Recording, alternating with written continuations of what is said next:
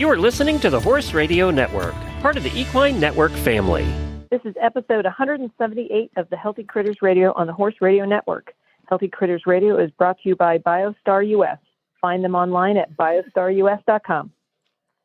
On today's show, we talk with dressage trainer and life coach Nancy Later Lavoie. Critter of the show is the flying squirrel. And in critter nutrition, we focus on neuromuscular support for horses. Join us.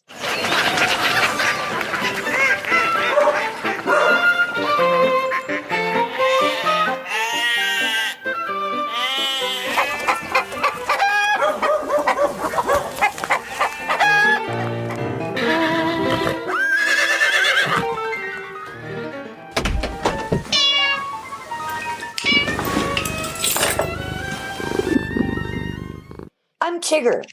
And I'm Patty. And this is Coach Jen. Thanks for joining us here on Healthy Critters Radio. This is the part of the show when we get started. We all catch up on what each of us has been up to since last we chatted. And since there are 3 people in the room, none of us came prepared this evening. Oh, thank goodness I'm not alone. The Kentucky Derby is coming up shortly as we record this episode. It will be coming up shortly. So I'm going to ask Tigger and Patty. Tigger, do you A, follow it ahead of time, B, watch it on TV, and C, have a party? Any of the above? Yes. A and B. Oh, so you follow a little bit ahead of time and see who's going to be running and all those sorts of things? Yes. Yeah? Yes. And then do you tune into the 18 hours of pre-race absolutely. coverage? Yeah? No. I've learned to tune in when they leave the paddock and go out onto the track. So you just watch the big event. You don't watch the hours and hours and hours of pre-show. No. Alrighty. And think about this because I'm going to ask you in a moment who your pick is. I don't have one yet. Spoiler, you were supposed to wait. No, now you can look it up online really quick. Go Google that. Okay, Patty Perucci, do you watch ahead? Do you prepare ahead of time? Do you watch the event? Do you have a party? Well, I was born in Kentucky, so we always, the Kentucky Derby was always such a big thing. So the answer to that is yes and no. So we used to always watch it. I used to follow everything, and I used to always have a party. I have not watched it in years. I mean, it just depends. I feel like for some reason, Tigger, one of the shows that we used to do, it must have been Morven Park or something. It was always going over Morven Park weekend or something. And so I feel like I would watch. Yes, always. At the horse show. And so that's when I was really kind of into it because we'd all run back to the hotel and try to watch it. I have no idea who is running this. I know nothing this year. The only reason I know it's this weekend is because I've been invited to a Kentucky Derby party. Yay! Are you gonna wear a Kentucky Derby fancy hat? Unfortunately, I will be teaching a clinic, so I will be coming completely exhausted and tired. So I'm going to come dressed like a dressage trainer. So I can wear my helmet. I could wear my helmet. There you go. You wear your helmet. Oh my goodness. Yeah, I'll wear my helmet. Years ago, I used to have a big deal, and I'd have a bobbing for apples for the dogs. I would be bobbing for biscuits, though, and we would have the dogs race to the thing. We just used to have so much fun with doing that. Fun. Oh, it was so cute. It was so cute. Yeah, we used to really enjoy that. How about you, Jennifer? Yeah. How about you? It varies a great deal from year to year. Some years I follow and I read who's qualifying and who's not and things like that. This year didn't at all. As a matter of fact, this very minute is the first time I've looked at the entries. I do watch it every year. I watch the 18 hours of pre-show because I don't know anything about it. So if I watch the race, I don't know anything. So I have to watch the pre-show. So I usually send Glenn off on some retail therapy somewhere so that I can have the house to myself, and I get out the big bowl of popcorn and all of the adult beverages, and I have a party all by myself for the Kentucky Derby. Huh. Glenn doesn't like to watch it.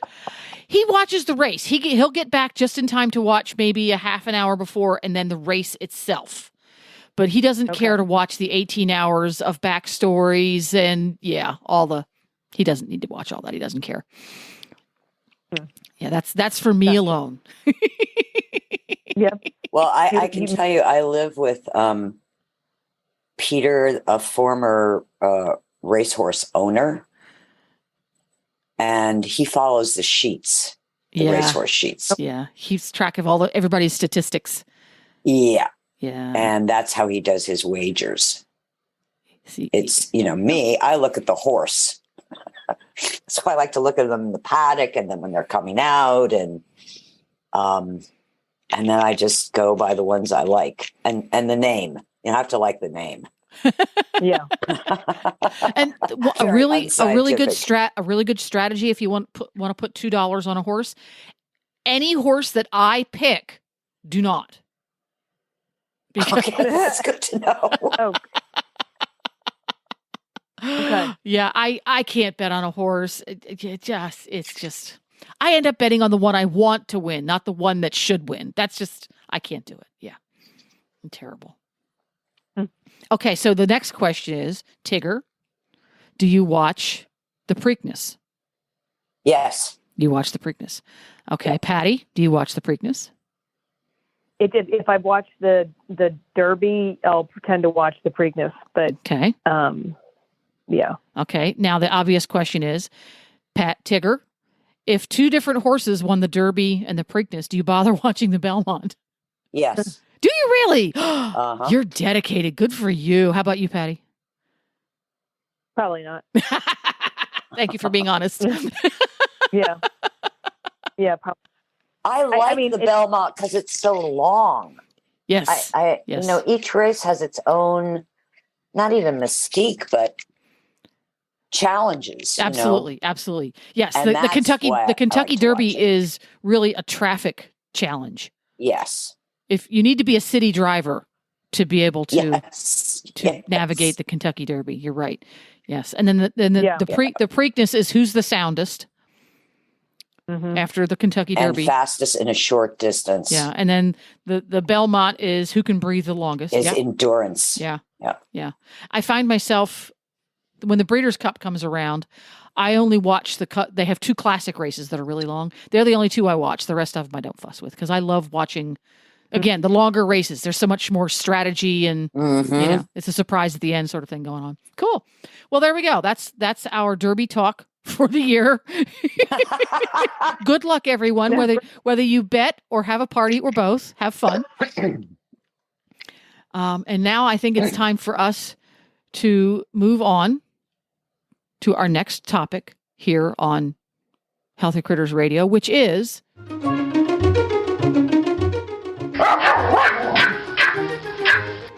Hedwig, the world's only podcasting Pomeranian. Hetty! Hello. Hetty, how are you? Thriving, thank you so much. Well, that's good to hear. Hopefully you're having a good spring. I have a question for you. See? Yes. With the Kentucky Derby coming up, you know how everybody likes to dress up. What do you think about all the women and their hats? Well, the thing is, not everyone can have perfect hair like me, nor beautiful ears. And if you don't have the perfect hair and the beautiful ears, I can see a hat as an important accoutrement, an addition to your look. And I also like a hat to be big and have flowers on, so that it really stands out and everyone admires you. Okay. So would you? I did not see that one coming. Like my ear fronds. Everyone loves my ear fronds, and you cannot have an ear frond if you're a human because you don't get those. So a hat with some trailing ivy or something, very beautiful, or a cloche that dips over one eye, beguiling. Oh, your servant has got to get you a hat. And then no. take a picture of you in it. No, she needs to get herself a hat. I'm perfect the way I am. I see. Yeah. So, I was going to say, you really weren't listening, Tigger. I'm stunning. She is an abomination. Oh, okay. An Well, I don't know. ongoing fashion disaster. Okay. If you can imagine where Vogue went to die, that would be her. Well, but she has to have some decent taste because she picked you. yeah. Well, I mean, she can recognize greatness. Well, that's good. That's a good thing. So, well, She's that's capable. Well, maybe you can watch the Kentucky Derby and see some of the hats and suggest one for your servant. Yes. A good plan. Good idea. Well done. Okay, good. Well, I am anxious to see how that turns out. Me too. I'm sure she'll take my advice. She always does. Oh, yes, I know that. Mhm. Thanks, Hetty. Thanks, Bye-bye. Au revoir. I am very excited to have with us today Nancy Later Lavoie, who is a USDF bronze, silver, and gold medalist. She's a dressage coach. She's a dressage trainer. She's also a certified life and mindfulness coach. And welcome, Nancy. It's great to have you here. Thank you so much. I'm really excited to be here with you, and you are totally one of my mentors. So I can't believe that I have this awesome opportunity. Thank you. My first question, because you and I actually met many, many, many years ago. We won't say how long, at Prince George's Equestrian Center competing. What drew you? I mean, you've been in horses all your life. What drew you to changing your horse's diet? That I know that was sort of I won't say pivotal, but an important junction in your horsemanship. 100%. The sad thing is that I think that we all fed our horses in a certain way that did work for us for years. And where I didn't have a lot of, stomach issues, things that were, where we were missing vitamins and minerals, having deficiency problems. We started having ulcers, and what I felt is an awesome program for my horses with the forage and the feed ratios and their turnout program and the reliability about how they get fed and the how our work program is, how we care for the horses on the road. I didn't understand why we were starting to have problems. And then one of my own personal horse started having strange energy problems, stomach problems, different. We did every kind of test known to horses for Cushing's, metabolic things, and everything would come back really normal. But he wasn't normal. I would take him out to the show. He would tank after the show. He was having stomach discomfort. And it went on for way, way, way too long. I'm sorry to say. And then the work ended up really being the biggest part of his life. Like if I could really keep him working hard, that was keeping him the most comfortable. And if anything happened where he had to have, a little bit lighter days, he would be the most uncomfortable. And I know that during that time, you and I talked and you were trying to help me with, supplements for him and organizing his feed program properly. And I ended up having the blacksmith made a mistake with his feet, and he needed to be laid up, a little bit longer, unfortunately. And I had a very bad laminitic episode with him. And I just did not understand. We were doing all the stuff as far as low starch and trying to get his, what he was eating correct, as they would say, for a metabolic horse, even though he really wasn't showing it on his blood tests. And this was very disturbing for me. And so I started to research it more. And so for anybody that doesn't know, now I feed as much as I can organic. But my primary thing that I'm trying to do is eliminate glyphosate from my horses' diets, which is not very easy right now. I did a lot of research about glyphosate. I test everything myself. I am very, very grateful to Tigger and to BioStar, because they do have amazing products that are well sourced and so clean. And she helps to educate me even more about it. But what I really found out is that labeling is so important, that the products that are, our feeds are oftentimes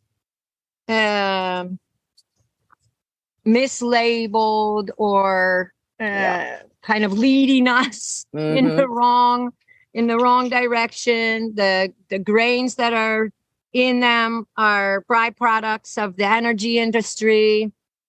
And so it did take me a while to construct a diet for the horses that really is, as much as I can, glyphosate free. And the glyphosate is, I think, what is changing. We didn't used to see laminitis in these warm bloods.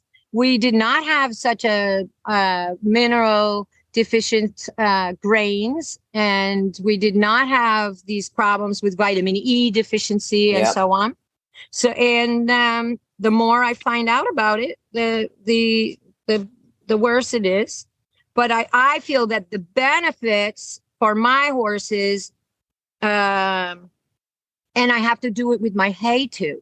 A lot of these alfalfa is unfortunately, because it became so popular, they're figuring out how to do that in a faster, easier way. But my horses are really having so many positive changes. The deficiencies, the mineral imbalances, the lack of ulcers and stomach discomfort, have not the overgrowth of the bad bacteria like we were having, and then we were having to treat them.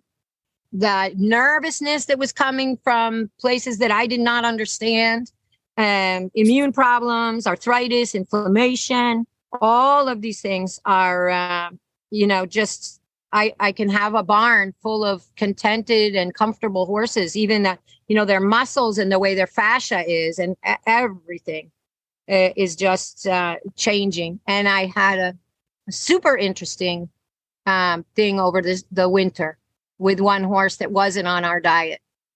And it did not matter how much those vets threw the pharmaceuticals at him. They could not get him comfortable. And as soon as we got that diet changed over, it was in 3-4 days. Even his mental state changed. Wow. Yeah. Just literally, even though you have to change things over, they say slowly, just eliminating a portion of the bad food and starting him on the organic feed, and then getting him on some of your supplements. It was literally days. Everything changed for him. Wow. Now that you've changed your feed program, how does it coincide with your coaching? Because you work with a lot of adult amateurs and probably some juniors. And sometimes they're a little resistant to change. Yeah. Well, healthy mind, healthy body, right? Yep. And so my underlying belief is that the horses are always trying to figure out what we want them to do. And that is just the ground level belief that I walk out to the ring with every day. So when a horse is experiencing some kind of nervousness or resistance, I'm always looking for that. Why? Why doesn't he want to do it? And I think that for me, with my kids, I really try to teach them a little bit about hydration, about eating healthy, and bringing themselves to their lessons in the best state that they can, so that they can absorb the information and they can be physical during their lessons. But if we're bringing horses that are not able to do the job, then the kids, no matter how they bring themselves, the kids are not going to be able to get what they need out of their horses. Horses need to be willing. They need to be happy to do the job. They need to be trying. And so I think it really all goes together, and starting to working all the stuff that I did, learning about being a mindset coach and being a performance coach. And it that just brought me into more clarity about how important it is to show up as your best self. And our horses, we are the ones that have to give them that opportunity. They can't go out and pick and forage and decide what they get to eat. So we need to do that for them. How, with your clients, when you were making this change, how did they react to it?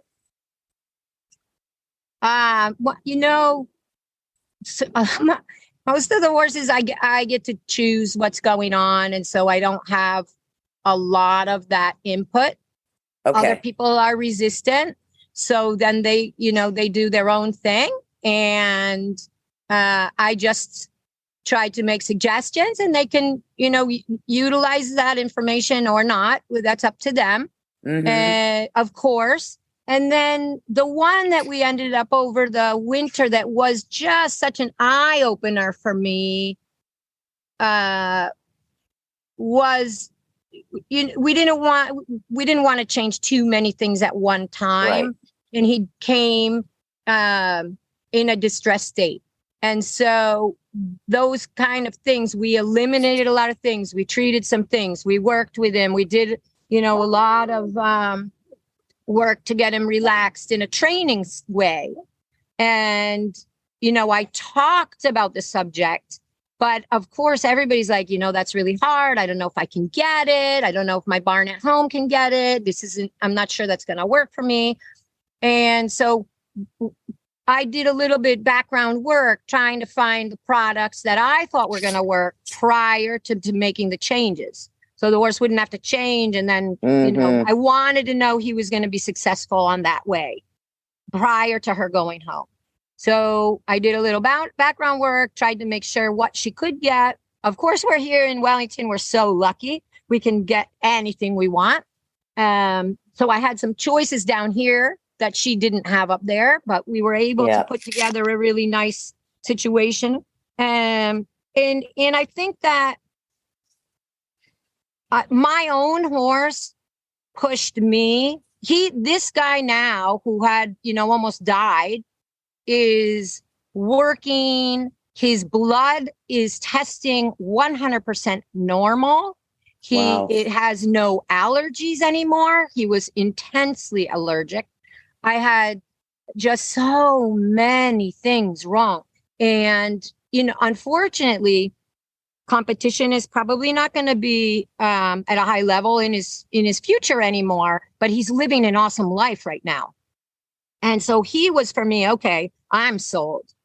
But this one over the winter was a young horse and looked beautiful from the outside. Yes, you he would did. not say, right? You saw. Yep. You would not say this horse is deficient in anything. Nope. You would not. So for me, that was, again, something bringing me clarity about this path. It was just like, look, you can take a horse that looks beautiful. The muscles look beautiful. His blood test's deficient in certain areas, but in general, you're not gonna say that's diet necessarily. Right. But when I changed the diet, his whole life changed. His demeanor, his willingness, his muscles, the softness of his muscles, everything changed. His eyes, his acceptance of the tack, everything. I never get tired of hearing these stories. It reminds me of the profoundness of food. It's just eminently profound for us as well as for horses and dogs and all other please animals. Let's not forget that part. It's so true. And the thing that I think that I have learned, because I also have some awesome contacts in England that, and one thing that I found that we're trained here in America, that we need to keep the horses on exactly the same diet all the time. They need to get the exact same food day after day. And we need to give them, our bodies have the ability to make vitamins and minerals, to take stuff and make proteins out of them. What these tainted foods take that away from us. And then I also realized that horses, if they're out and they have their own ideas, will nibble a little bit of this one day and a little bit of that, what they need. And then their microbiome is so diverse that they can digest it. And so when we have a horse that you give them a little bit of this and all of a sudden their gut is blowing up, their microbiome is so unhealthy. It's not that you shouldn't be giving them different stuff. It's that we need to be. Hallelujah.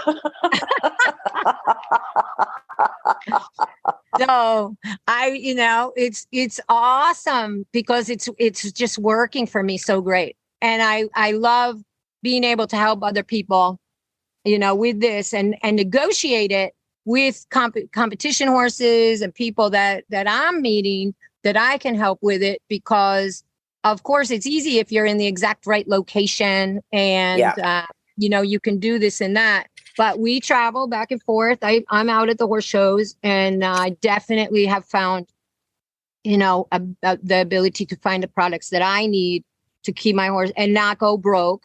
To really keep my horses the way that they need to be kept, and so that they're not on all these pharmaceuticals all the time. Right. I am fascinated, switching gears here a little bit. I'm fascinated by your role as a life coach. And I think that's just a tremendous gift. And I know, because I'm at the shows and I see and I remember my own nerves and my own self-sabotage as a rider and a competitor. So what are your tips for riders' nerves in the show ring? That's a good one. It's interesting because I since a very young, really had the interest to connect with the horses. And that interest, I didn't understand that not everybody has it. I really love connecting and that idea that the horse can actually positively anticipate what I want and can be comfortable and happy being in the show ring. That's my goal. It is that my horse is really showing off together with me and we feel like we're a team. And so in the middle of my life, I went through a period of time where I was, being trained and starting to be serious. And I lost that a little bit. And so I feel now that I work to get that part back. Like for me, the connection with the horse is the most important part. Mm-hmm. And that has created more success again in my riding. The first thing I think that makes people nervous is that feeling that you're not prepared. So when you go to a show and you allow your mind to take you to those places of that you can't do it, or these self-sabotaging places that you talk about, that you feel unprepared. And most often people are prepared for what they planned on doing. So I have a little bit of a process that I do, and then I just go back to that in my mind as I get closer to the show. So a couple of weeks before I get to the show, and I do this with my clients too, I go through the test that I entered. And I don't warm up very long for it. I'll loosen up my horse, doesn't matter what level it is. I'll loosen up my horse and I'll go through the test from start to finish. And now, one thing that's happened that's really important is I didn't really warm up very long and I went through the test. So now I know that there's certain aspects of that test that I don't need to warm up for. I don't need to do in a warm up because they actually worked. So that's so easy. Other parts of the test probably didn't work out perfectly. So that I'm going to need to now in the next 2 weeks from now until the show, I'm going to work a little bit on those aspects. What's missing? How can I improve that? And I'm also going to remember when I get to the show, how did I improve it? And what can I do in my warm up to make that go well? And this is 2 weeks out. So now in my 2 weeks toward the show, I'm not training anything anymore. I know how to do the test. And so what am I doing? I'm keeping my horse happy. I'm keeping it fit. I'm keeping it loose. I'm testing a couple things here and there, but I am absolutely not drilling, not stressing, not making my horse sore because I make it repeat things over and over again. And this is very, very much a fundamental part of my training system. And I keep going back when my mind says, Nancy, we need to repeat those changes again. I don't know if I can do that line with those pirouettes. I just keep reminding, hey, you went out, you walked and trotted and cantered around for 10 minutes. You went down the center line and you did the whole thing. What are you worried about? It works. And of course, there's going to be a couple things that I want to make better, but I know it works. And if it doesn't work, I'm probably, like in a big way, I'm probably not going to that show. You have to make that decision, right? You're not ready. Right. So preparation is the key, that understanding I trained in a way that made me prepared for this show. When I sent in the entries, I knew I could do the test. 2 weeks before the show, I went through the test and I am prepared. And you just keep working with your mindset about that.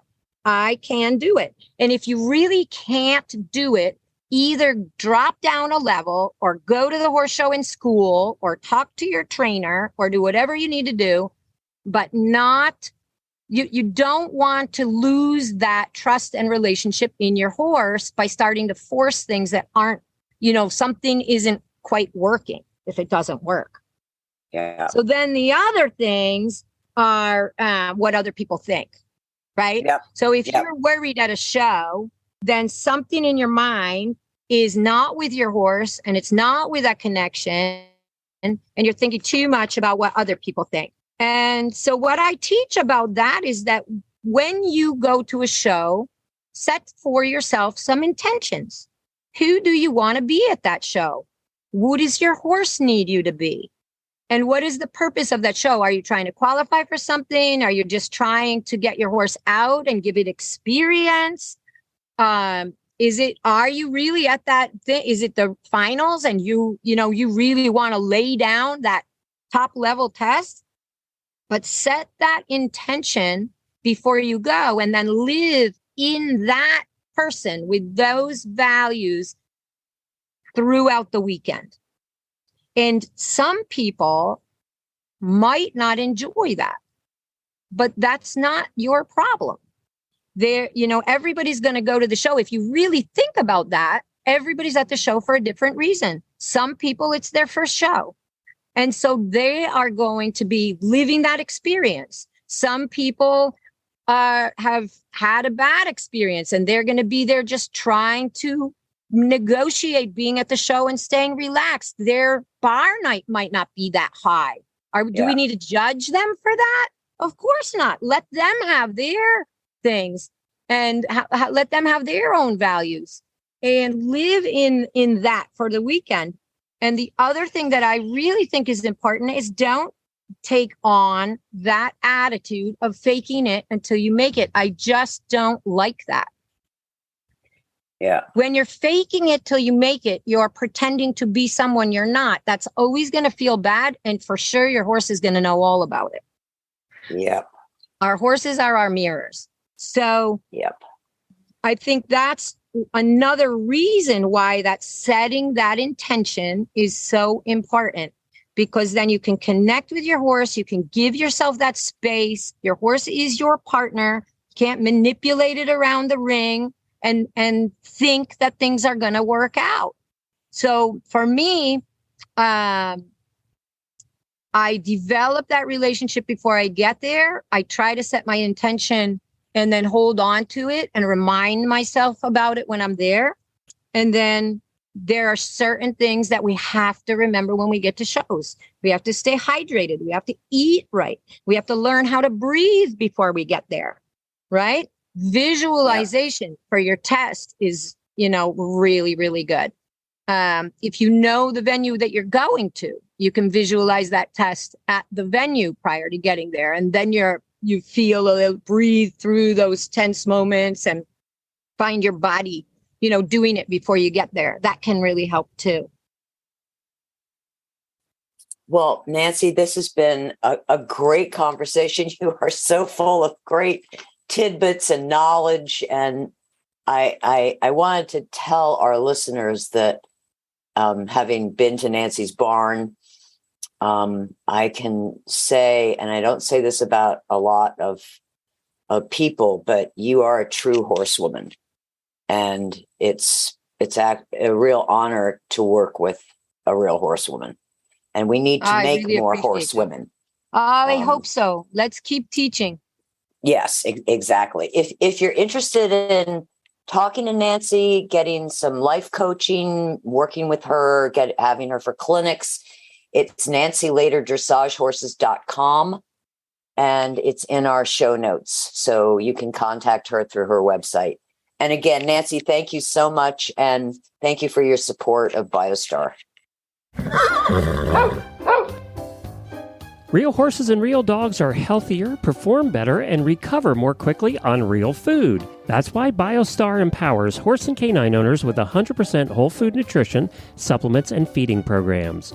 BioStar products are made at their own certified non-GMO facility in Gordonsville, Virginia, using real food ingredients that are raw, freeze-dried, or dehydrated, never cooked, and are free from artificial flavors, colors, soy, corn, wheat, and molasses. The BioStar product line includes a wide range of whole food, horse and dog supplements, treats, and unique artisan poultices that embrace the ancient and traditional uses of clay and plants. Visit biostarus.com today and learn about whole foods and canine and equine nutrition so you can make the best decisions about the care and health of your horses and dogs. That's biostarus.com. Whole food nutrition the way nature intended.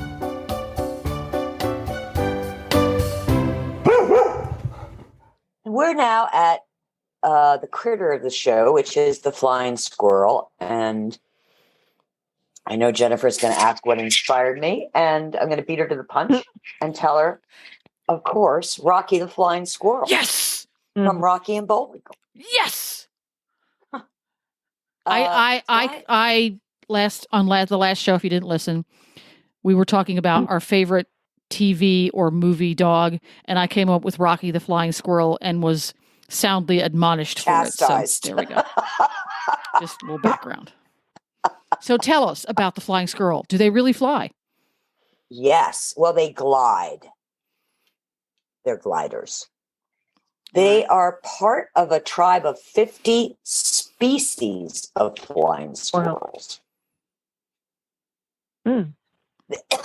They're not capable of full flight like a bird or a bat, but they glide from one tree to another because they have a parachute-like skin membrane that stretches from their wrists to their ankles, and they're able to steer and exert control over their glide paths with their limbs and their tails. Now, I found this really interesting. Flying squirrels originated some 18 to 20 million years ago. Wow. Who knew? Yeah. They are nocturnal and are omnivores. Really? They eat fruit, seeds, buds, flowers, insects, gastropods, spiders, fungi, birds' eggs, tree sap, and young birds. Huh. Yeah. The young are born in a nest and they're naked and helpless, and their mother cares for them. But by 5 weeks old, they start practicing gliding skills. And at 10 weeks, they leave the nest. That early, huh? Yeah. They don't stay long. They are found in North America, Central America, Asia.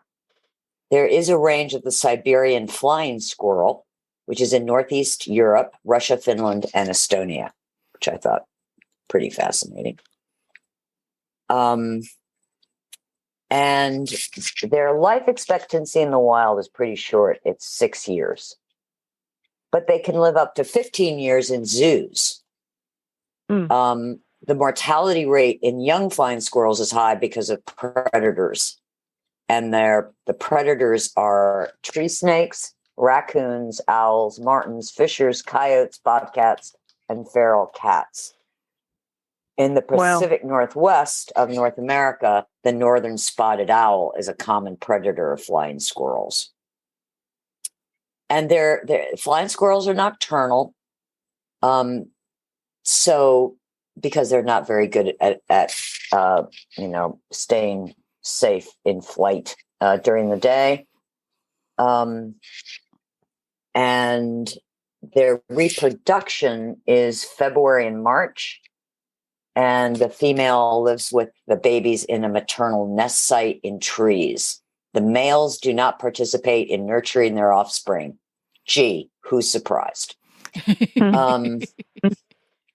So at 10 weeks, their gliding skills are perfected and they're capable of independent survival. Gliding is a fast form of locomotion, and by reducing travel time between patches, they can increase their amount of foraging time. So they evidently have a highly developed sense of smell. So the fact that they can, glide and they are not on the ground like a ground squirrel having to run or jump or, to get to the next food batch, they just glide. I'm gliding here. And that is the flying squirrel. Dun, da, da. Everything you needed to know and more. Exactly.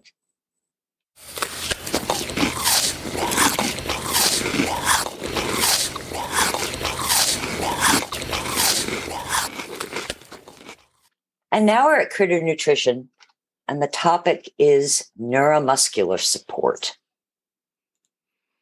I hear a lot from riders, veterinarians, and sports therapists about horses dealing with neuromuscular disorders, with nervous system imbalances, muscle tremors, or unsteady balance. Some of these horses are also unfocused or uninspired to work. The brain is like a computer that controls the body's functions. The nervous system is the processing center. It requires communication between the brain and the nervous system, which sends messages to the muscles through a network of nerve fibers. When these communication pathways stop working correctly, we see the development of neuromuscular disorders. There are various types of neuromuscular disorders in horses. One is equine motor neuron disease, caused by long-term vitamin E deficiency. Another is equine degenerative myeloencephalopathy, also vitamin E related, but with a genetic component as well. Other disorders include polysaccharide storage myopathy, PSSM type 1, seen in draft horses and quarter horses. It's caused by a genetic mutation that leads to sore muscles and tying up episodes. Fortunately, these horses can be managed with a low NSC diet and exercise. Polysaccharide storage myopathy type 2, PSSM type 2, presents with the same clinical signs as PSSM type 1, but the type 2 horses don't carry the genetic mutation. These horses also are managed with a low NSC diet and healthy fats and exercise. Then there is EPM, Lyme disease, and relapse. There appears to be a rise in horses diagnosed with equine protozoal myeloencephalitis, known as EPM, or Lyme disease, along with an increasing rate of relapse for these conditions. Neuromuscular issues often occur in horses diagnosed with EPM or Lyme disease, but it can also happen without those diagnoses. An estimated 50% of horses in the U.S. have been exposed to the protozoan that causes EPM. It can stay dormant in the body for years. Researchers suspect that horses with weakened immune systems are at greater risk for clinical signs of active EPM. A decade ago, it was estimated that 1% of horses with EPM would eventually relapse. Now the estimate is 10%. Personally, I think the relapse rate, particularly in competition horses, is even higher. Lyme disease, which used to be concentrated in the eastern U.S. and Great Lakes region, has now been confirmed in 43 states. This condition can become chronic in many horses, requiring ongoing maintenance. Also, horses can be reinfected because having Lyme disease once does not convey immunity to the bacterial strain that caused it.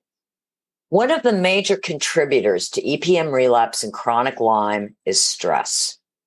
Stress affects the immune system and its function. A study on short-term transport stress of horses showed that short-term transport significantly affects numerous aspects of equine immune function, thereby contributing to the onset of bacterial or viral infections. The study showed that the stress response in the horses in this study became activated 15 minutes before the horses traveled. Both body temperature and cortisol levels were elevated. So trailering, competing, and training can all cause stress in horses. Other potential stressors include isolation, a new barn environment, lack of harmony with a neighboring horse or horses, stress present in caretakers, separation from an equine friend, change in routine, weather changes, and pain. The stress on the body from metabolic conditions, including IR and Cushing's, can also lead to immune system suppression over time. Horses in individual stalls, referred to as single housing, may experience greater stress than living in a group. One study found individual stabling is an intense stressor, leading to acute and lasting alterations in blood counts of various leukocyte types, end quote. The brain and muscle connection, acetylcholine. The brain plays a critical role in the immune system health and neuromuscular disorders, along with the stress response. Acetylcholine is the biochemical compound that drives neurons of the central and peripheral nervous systems, acting as a chemical messenger to propagate nerve impulses between the brain, spinal cord, and muscles. Acetylcholine is an important neurotransmitter and neuromodulator. It plays a role in functions such as memory and learning, as well as muscle movement and contractions. Acetylcholine is also the chief neurotransmitter of the sympathetic nervous system and the parasympathetic nervous system. These systems contract smooth muscles, dilate blood vessels, and support regeneration, digestion, and rest. Long-term stress, as well as oxidative stress, can deplete acetylcholine levels by increasing the activity of acetylcholinesterase, an enzyme which reduces acetylcholine availability. Certain antibiotics and diuretics can affect acetylcholine. So can a magnesium overload or deficiency. Too much magnesium impairs the release of acetylcholine by inhibiting calcium, while too little magnesium can cause a decrease in brain acetylcholine content. The precursor to acetylcholine is a vitamin-like substance called choline. It is the precursor to acetylcholine and therefore helps boost acetylcholine-dependent functions. Foods that provide choline include eggs, sunflower seeds, soybeans, and some whole grains. Choline is also commonly found in supplements and feed in the form of choline bitartrate or choline chloride. Lipids, fats, steroids, phospholipids, are potent modulators of acetylcholine receptors. Okay, so this is another important role of good fats. The most bioavailable form of choline comes from lecithin, found in egg yolks, sunflower seed oil, soybeans, and some whole grains, because it contains phosphatidylcholine. Phosphatidylcholines are phospholipids that play a large role in the health of biological membranes and assist acetylcholine receptors. So the question that you may be asking yourself is, well, so what? Supporting choline, in other words, providing more choline or phosphatidylcholine to the body, will support acetylcholine. Thereby, you are really supporting the neuro connection, the computer to the neuromuscular system. And it's important that the form of choline is phosphatidyl because, as the article highlights, lipids are key to the membranes. BioStar has just introduced a new paste called Neuroplex, which combines very specific ingredients to address acetylcholine, the gut, stress, which are the three drivers or the three connectors when you're dealing with a neuromuscular, I'll say, dysfunction, not disease. So bovine colostrum for the immune system, sunflower lecithin for phosphatidylcholine, the adaptogens haritaki, brahmi, Siberian ginseng, and amalaki, shilajit from the Himalayas to support cellular mitochondria for cellular energy, because of course, without cellular energy, the muscles won't be able to move, even if the brain tells them to move.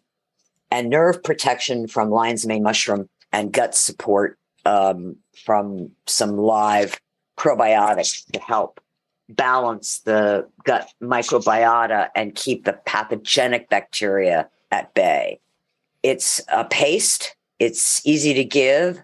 The most important thing about it is that if and when your horse starts showing very tight muscles, maybe a little bit of neurological signs, they've already been tested for EPM, maybe they've already been treated for it, maybe they've already been treated with Lyme's, or maybe they're just showing a low-grade, I'll call it dysfunction between the brain and the neuromuscular system, then you now have a supplement that will help support the computer and processor of the brain neuromuscular system. First, Pet Tigger, let me say how proud I am of you for using a computer reference. Anybody who knows Tigger knows that represents enormous personal growth.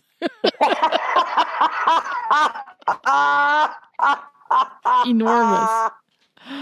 Well, we did a lot today, so I think this time around we're all going to pass on Healthy Critters Radio Coffee Klatch and just go have a little decaf ourselves. How's that? Yes. Perfect. So we will meet up again to chat more about all things healthy and all things critter in another fortnight's time.